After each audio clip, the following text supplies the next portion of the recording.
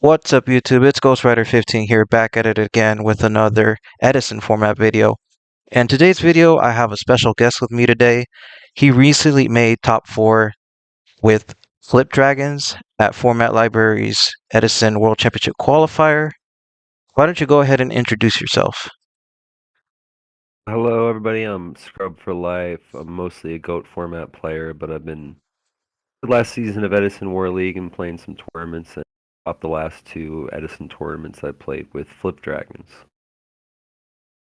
Nice. Alright, so I'm going to go ahead and show off your deck list for everyone can see it.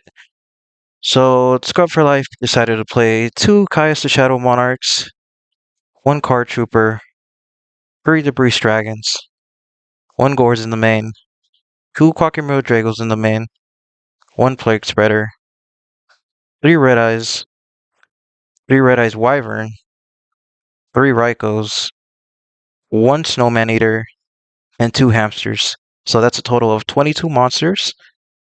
And for the spells, 1 Brain Con, of course, 1 Future Fusion, probably the best card in the deck, 2 Gold Tarts, Like and the worst then cards. 2 Heavy Storm and MST. So that's 1, 2, 3, 4, 5, 6 spells. Okay, not too many, but I don't think you need much. Um, for the traps, he played 2 Bottomless, 1 Call the Haunted, 1 Compulse, 2 Deep Prisons, 2 Dust Tornadoes, Mirror Force, Solemn, Torrential, and Dust Shoot. Pretty standard trap lineup. Alright, so for the side, he went with double Cyber Dragon, 2 DD Crows, 1 Kaiku, 1 Prime Material, the second copy of Snowman Eater, Lightning Vortex, Mind Control, My Body as a Shield, 1 Dust Tornado, 1 Masker Restrict, 2 Pulling the Rugs, and 1 Starlight Road. And last but not least, for the extra deck, he played 1 Chimera Tech, 5 Headed Dragon, Catastor, Ancient Fairy, Armory Arm, Black Rose, Rio, Colossal, Dark End, Goyo, Double Iron Chain, 1 Red Dragon Archfiend, 1 Stardust, and 1 Thought Ruler. Pretty good list, pretty good list. So, I do have a couple of questions to ask you. The first one is, when did you first start playing Yu-Gi-Oh, and when did you become a competitive player? I probably started playing about like 2006 around Reaper format, but I was never very competitive. It was just locals mostly, and then singles. And I quit around Troop Dupe format.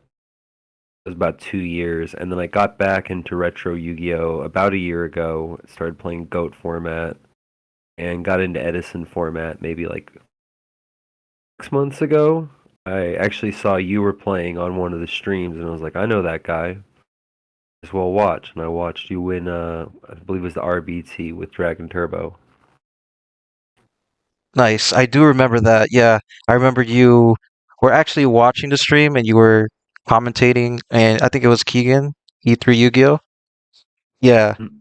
it was a while ago, but I do remember that that was like your first experience ever with Edison, right? Yeah, like I had heard about it, but I didn't really. I had no concept what was going on, and watching Dragon Turbo pop off was a little bit different than maybe it set a high expectation that, well, thankfully wasn't delivered. I'm glad every game isn't like that. Yeah, imagine it would be so crazy if every deck can do what Dragon Turbo can do. Thankfully not. Yeah, so I do have another question for you. So why did you decide to play Flip Dragons for this event? Really, I was just trying to have a good time. I've been playing this deck for a while, and I had like a lot of reps with it, and I've been trying some new stuff, and wasn't very experienced with it, so I just decided to play this. And I did well at the last one, despite basically going with this. I thought I was gonna have to drop the first day, and just kind of lucked into it being a multi-day after that. Both times, I kind of just entered for fun and did well with it.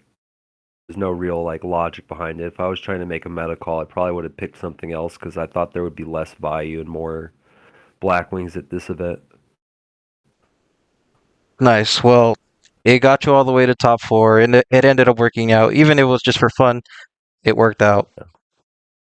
So, I know you said you were playing for fun, but I still have to ask, like, how much play testing did you actually do for this event? And like, did you test with anyone in particular?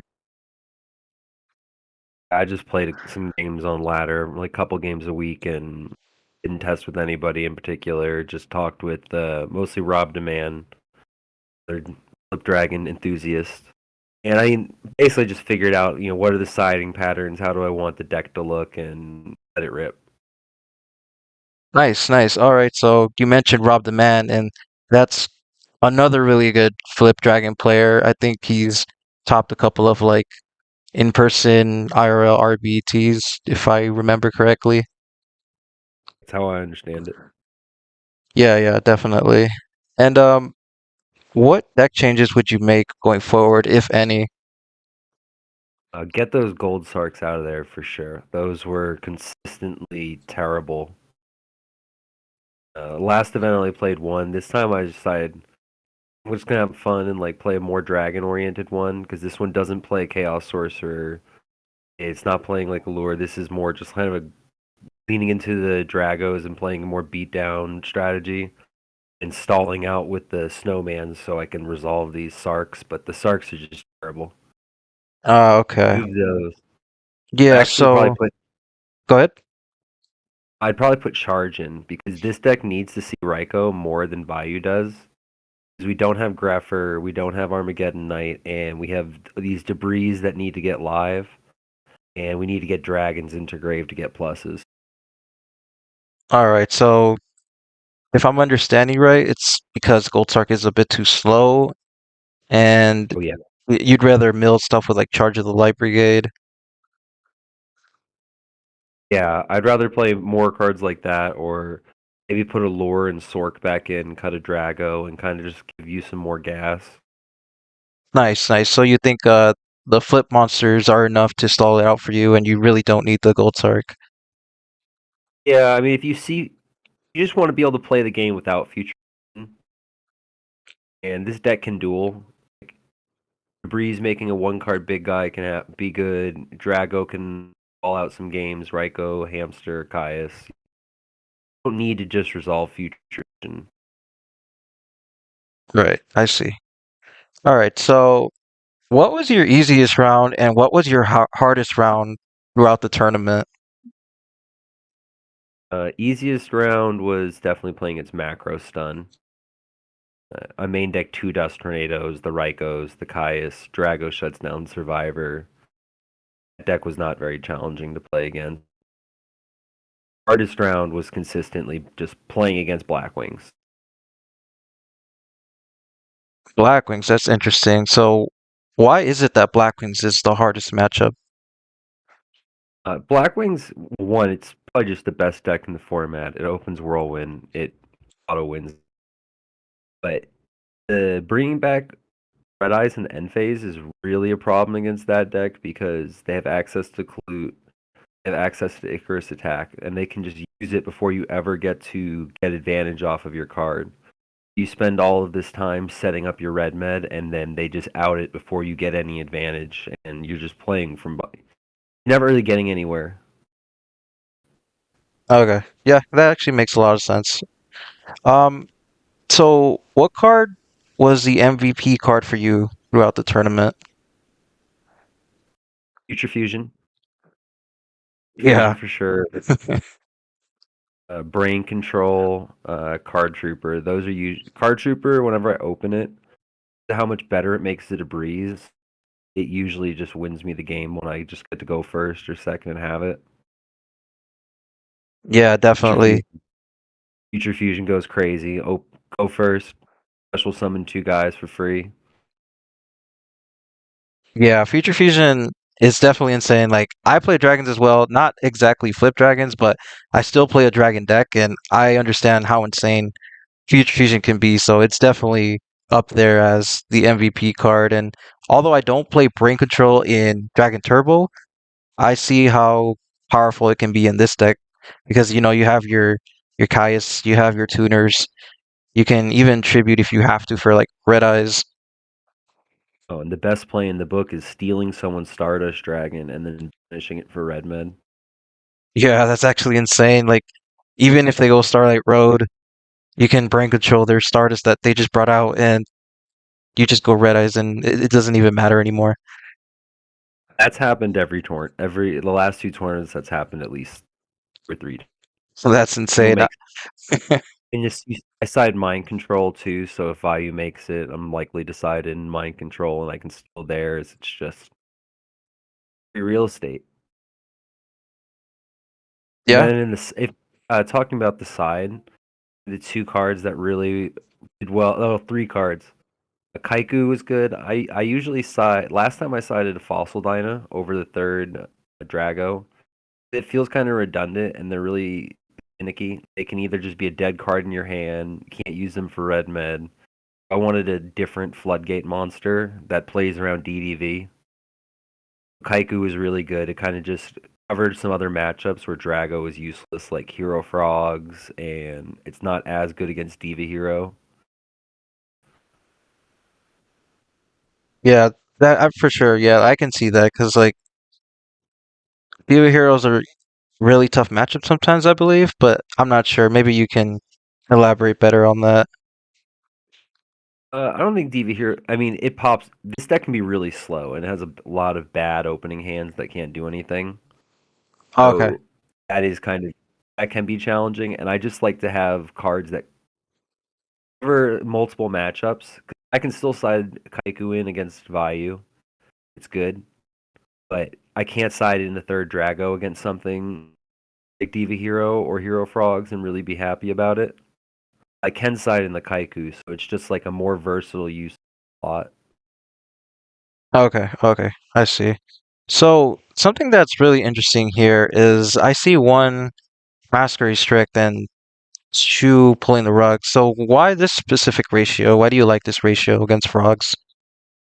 I actually prefer 2 Masker Restrict and 2 Pulling the Rug. I would cut this my body as a shield. This was terrible across both tournaments. Okay. Uh, I Okay. really, I really like Rug.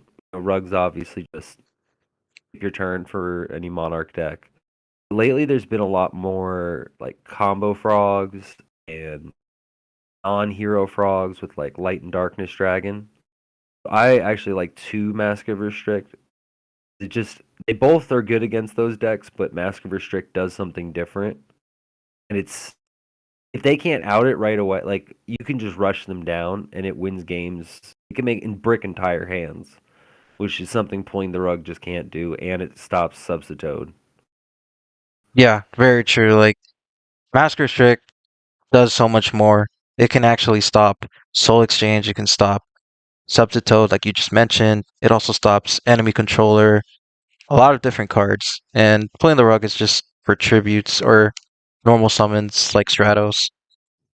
Yeah, and if it was like just Hero Frogs, maybe I would keep the third Rug over Mask because they don't have as many just straight tribute monsters. But lately, there's been more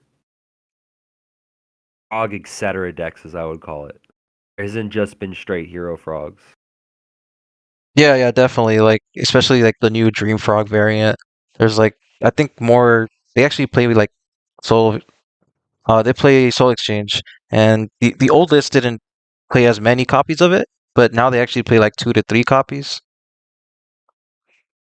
Yeah, this deck was not prepared for Dream Frogs. I don't know what I would what I would do to counter that. Yeah, it's tough. So any advice to new Flip Dragon players? I would say definitely make sure you're well prepared for Frogs and Blackwings. This deck, I haven't lost a lot to Frogs in these tournaments, but I do think it's a hard matchup. Because we have all these set monsters. They have the same problem with Blackwings is you summon the Red Men end phase. Oh, well, now they summon a Caius, or they hit you with a Miracle Fusion. It can be hard to actually get your engine going. Your free Red Med summons. Okay. Prepared for those. And even though Vayu and Lightsworn are good matchups, you you have to be prepared for them and like know that matchup well and don't just like for free. And because they're good, you should have like versatile slide slots like I was talking earlier with the Kaiku. And because they're good matchups, you can like kind of hedge on some of those side choices. Yeah, for sure. For sure. You always want to prepare for the matchups that are the most difficult for your deck. That makes sense. Yeah. Like I used to have a second compulse, and I said, like I mostly want that against Vayu. I would rather have like more hate for Black Wings. Make sure you have the third Dust Tornado. Always have your third Dust Tornado. Yeah, you need to get rid of that whirlwind.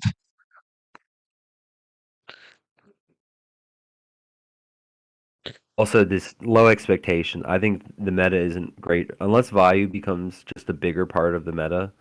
I think it's going to be challenging for this deck to do well. Yeah, yeah, for sure. I can see that. Even some of the good matchups like Light Sworn or like Dragon Turbo, in theory, like Drago should help you in those matchups, but they just rush you down really fast, and you realize how slow summoning something in the end phase is. Yeah, yeah, that is the one downside of Wyvern. It does take a while to set up. So, the last question I have for you is, do you have any shoutouts? Shout out Rob Deman. Talked a lot of Flip Dragons with him. Also shout out James Ark because his Dragons video was that was one of the first things I actually saw about Edison, and I thought that deck was cool, and it was the main inspiration for my original list. Nice, nice. James Ark and Rob the Man, both really good players in this format. So, yeah, that's pretty much all I have to ask you today. Uh, Thanks for coming out on the channel and letting me do this deck profile and this interview. I hope to see you at more tournaments, and I hope you end up topping more of them because, we need more Flip Dragon representation, and it'd be really cool to see more Flip Dragons top. Thank you for having me. No problem. This is Ghostwriter 15 signing out.